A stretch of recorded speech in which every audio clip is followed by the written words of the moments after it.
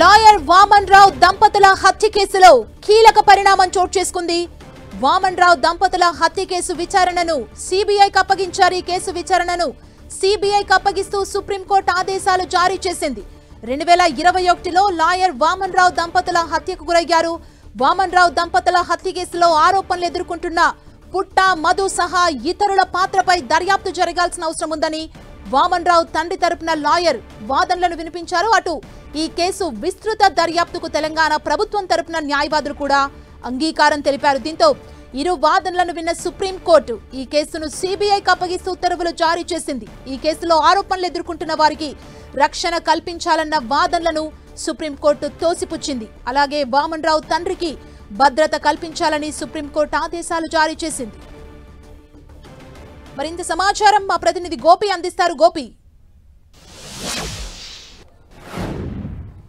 సుమారు 2021 ఫిబ్రవరి 17న నడి రోడ్డు పైన జరిగిన న్యాయవాదుల దంపతుల హత్యకు సంబంధించి కూడా ఇటు తెలంగాణ హైకోర్టులో సుదీర్ఘ విచారణ జరిగింది. అయితే సుదీర్ఘ విచారణ తర్వాత పిటిషనర్లు సుప్రీంకోర్టును ఆశ్రయించడం జరిగింది. కేసు దర్యాప్తులో పారదర్శకత కొనసాగట్లేదంటూ కూడా వామన్ రావు దంపతులకు సంబంధించిన తల్లిదండ్రులు ఈ యొక్క సుప్రీంకోర్టును ఆశ్రయించడం జరిగింది. అయితే సుదీర్ఘ వాదనలు విన్న ఈ యొక్క కేసులో ఈరోజు సిబిఐకి అప్పజెప్తూ సుప్రీం ధర్మాసనం తీర్పునివ్వడం జరిగింది. అయితే సిబిఐ విచారణలో అనేక అంశాలు కూడా వెలుగులోకి వస్తాయంటూ కూడా పిటిషనర్ తరఫు న్యాయవాదులు కోరడంతో సిబిఐకి ఈ కేసును అప్పజెప్తూ ఉత్తర్వులు జారీ చేయడం జరిగింది. అయితే న్యాయవాదుల హత్య తర్వాత జరిగిన పరిణామాలతో నిందితులంతా కూడా వాళ్ళంతా కూడా ప్రయత్నం చేస్తున్నారనే కోర్టు దృష్టికి తీసుకురావడం.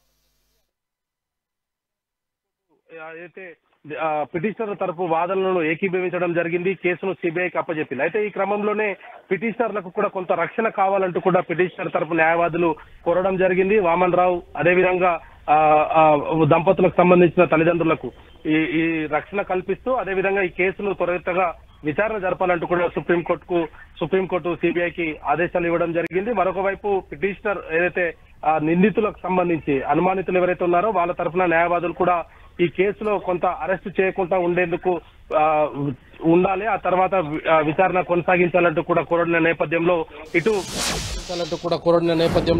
ఇటు వారి వాదనలు కూడా సుప్రీంకోర్టు తోసిపుచ్చేయడం జరిగింది. ఈ కేసును పారదర్శకంగా సిబిఐ దర్యాప్తు చేయాలనేది కూడా సుప్రీంకోర్టు సిబిఐకి ఆదేశాలు ఇవ్వడం జరిగింది. దీంతో వామన్ రావు దంపతులకు సంబంధించిన కేసు ప్రస్తుతం సిబిఐ చేతిలోకి జరిగింది. ఎఫ్ఎస్ఎల్ రిపోర్ట్ కు సంబంధించి కావచ్చు, ఇతర అంశాలకు సంబంధించి కూడా ఇప్పటికే ఈ సుప్రీంకోర్టులో ఎఫ్ఎస్ఎల్ రిపోర్ట్ కు సంబంధించి కూడా ఈ రోజు వాదనల సందర్భంగా పిటిషనర్ తరఫు న్యాయవాదులు సుప్రీంకోర్టు దృష్టికి తీసుకురావడం జరిగింది. ఫోరెన్సిక్ సైన్స్ ల్యాబొరేటరీకి సంబంధించిన రిపోర్టులో అత్యంత కిరాతకంగా హత్య చేసిన ఈ యొక్క ఆ రిపోర్టును కూడా ఈ రోజు కోర్టు వారి దృష్టికి తీసుకురావడం జరిగింది. ఇంత నడి రోడ్డు పైన పట్టపగలు అందరూ చూస్తుండగా న్యాయవాద దంపతులను చంపిన కేసులో పారదర్శకత కొనసాగాలనేది కూడా పిటిషనర్లు సుప్రీంకోర్టును కోరడం జరిగింది. సో వీటన్నిటిని పరిశీలించిన సుప్రీంకోర్టు ధర్మాసనం ఈ యొక్క కేసును సిబిఐకి అప్పచెప్తూ ఉత్తర్వులు అయితే జారీ చేయడం జరిగింది. థాంక్యూ గోపి.